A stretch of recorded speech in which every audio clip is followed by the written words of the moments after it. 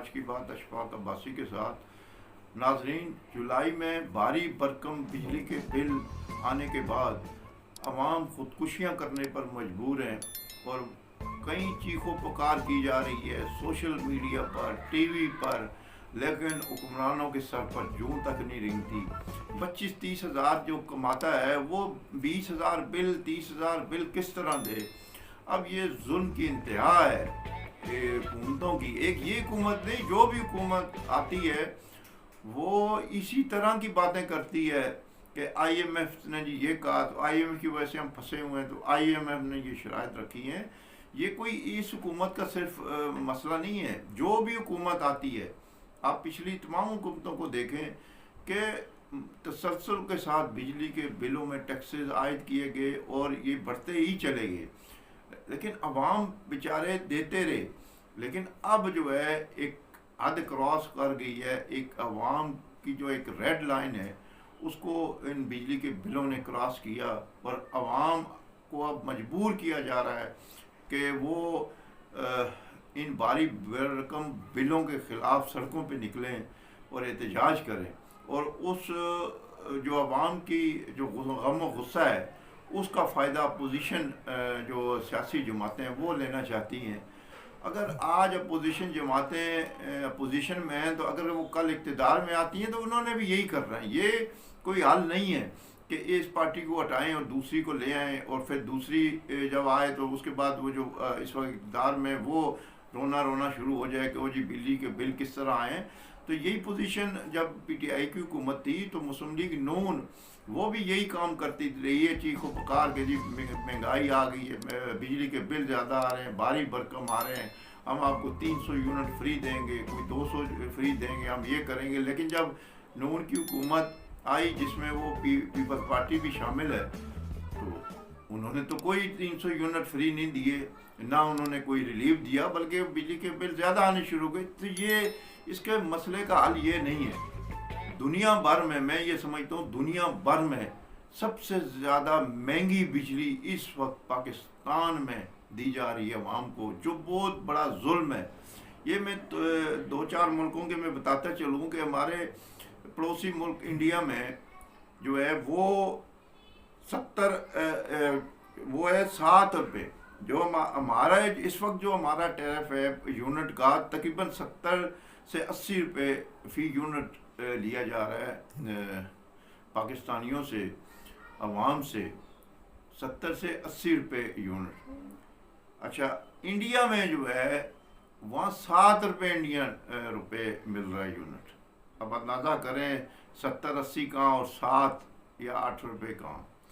اچھا، اس کے بعد بنگلہ دیش جو ہے وہ ہم سے جدا ہوا، علیحدہ ہوا، وہاں پر جو ہے بنگلہ دیشی ٹکا 9 روپے بنگلہ دیشی ٹکا ایک یونٹ دیا جا رہا ہے۔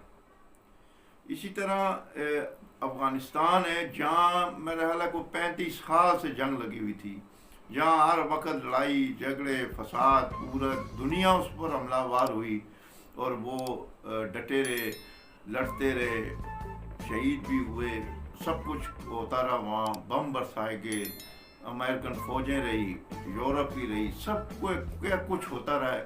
یعنی 79 سے لے کے یہ 2023-24 تک یہاں تک یہی کام ہوتا رہا ہے۔ لیکن جب یہ ابھی عبوری حکومت طالبان کی آئی تو وہاں آپ اندازہ لگائیں کہ 4 افغانی جو روپے ہیں، 4 افغانی روپے وہ یونٹ ہے بجلی کے۔ اتنا کچھ ہونے کے باوجود وہاں پر 4 افغانی روپے ہے۔ اسی طرح سری لنکا جہاں پر وہ کہتے ہیں جی ڈیفالٹ ہو گیا، سری لنکا کی طرح ہم تباہ ہو جائیں گے، سری لنکا ڈیفالٹ کر گیا دنیا میں۔ اور بھائی وہ اگر ڈیفالٹ کر گیا تو وہاں پر 27 روپے یونٹ دیا جا رہا ہے، وہ کس طرح دے رہے ہیں اگر ڈیفالٹ ہو گیا؟ اگر ایسا ہی ڈیفالٹ ہونا ہے تو پاکستان کو ہونے دیں ڈیفالٹ، کم از کم لوگوں کو ریلیف تو ملے گا۔ یہ کون سا ڈیفالٹ ہے کہ سری لنکا ڈیفالٹ کر گیا لیکن وہاں 27 روپے مل رہے ہیں، اور جو ڈیفالٹ سے انہوں نے بچایا پاکستان کو ان کے بقول ان کے، وہاں پر 70-80 روپے یونٹ، اور یہ کہا یہ جا رہا ہے یہ 100 روپے یونٹ تک جائے گا۔ تو یہ بہت بڑا ظلم ہے۔ یہ احتجاج اگر کوئی سیاسی پارٹی کرتی ہے تو وہ اپنے مفاد کے لیے کرتی ہے، وہ آپ کے مفاد کے لیے نہیں کرتی، عوام کے لیے نہیں کرتی۔ اور جو لوگ سیاسی لوگ ہیں وہ چاہتے ہیں ہماری پارٹی آئے اقتدار میں اور ہم کسی نہ کسی طرح حکومت میں مزے کریں، لیکن عام جو آدمی ہیں، عام لوگ ہیں، ان کا مسئلہ یہ نہیں ہے کہ ایک پارٹی کو ہٹاؤ دوسری کو لاؤ، سب ایک جیسی ہیں۔ سب نے اقتدار میں آ کر انہوں نے وہی کام کرنا ہے جو اقتدار میں رہتے ہوئے ایک پارٹی کر رہی ہے۔ اگر وہ اس وقت اپوزیشن میں کوئی پارٹی ہے، وہ اگر اقتدار میں آئے گی وہ بھی یہی کرے گی۔ یہ کسی کی بھول ہے کہ وہ یہ نہیں کرے گی۔ اب اس کا میں مسئلے کا حل آپ کو بتاتا ہوں۔ اس طرف کوئی بھی نہیں جاتا، یہ جینون عوام کا مسئلہ ہے، یہ جینون ریئل عوام کا مسئلہ ہے۔ عوام نہیں نکلتی، اپنے مسئلے کے لیے نہیں نکلتی، لیکن وہ سیاسی لیڈروں کے خلاف ضرور نکلے گی، وہ کسی پارٹی کے حق میں ضرور نکلے گی، وہ مارے بھی کھائے گی، ڈنڈے بھی کھائے گی، جیل بھی جائے گی، مقدمات بھی بھگتیں گے، لیکن اپنے حقوق کے لیے عوام نہیں نکلتی۔ یہ بہت بڑا المیہ ہے اس قوم کا، اس عوام کا، کہ اپنے جو اصل آپ کا حق ہے اپنے لیے نکلنا، یہ نہیں نکلتے۔ کشمیر کے لوگ اپنے حقوق کے لیے نکلے، وہاں پر کسی بندے نے کسی لیڈر کی تصویر نہیں اٹھائی، کسی نے نعرہ سیاسی نہیں لگایا، کسی نے کسی سیاسی پارٹی کا جھنڈا نہیں اٹھایا، اور وہ اپنے حقوق کے لیے نکلے اور وہ کامیاب رہے، اور اللہ پاک نے انہیں کامیابی دی۔ آج وہاں 3 روپے یونٹ ہے، 1000 روپے کا آٹے کا تھیلا مل رہا ہے، تو یہ ان کی بہت بڑی کامیابی ہے۔ انہوں نے قربانیاں دی، وہاں بالکل دی قربانیاں، شہید ہوئے تھے وہاں 5 7 10 بندے، لیکن ان شہداء کا خون رنگ لیا ہے۔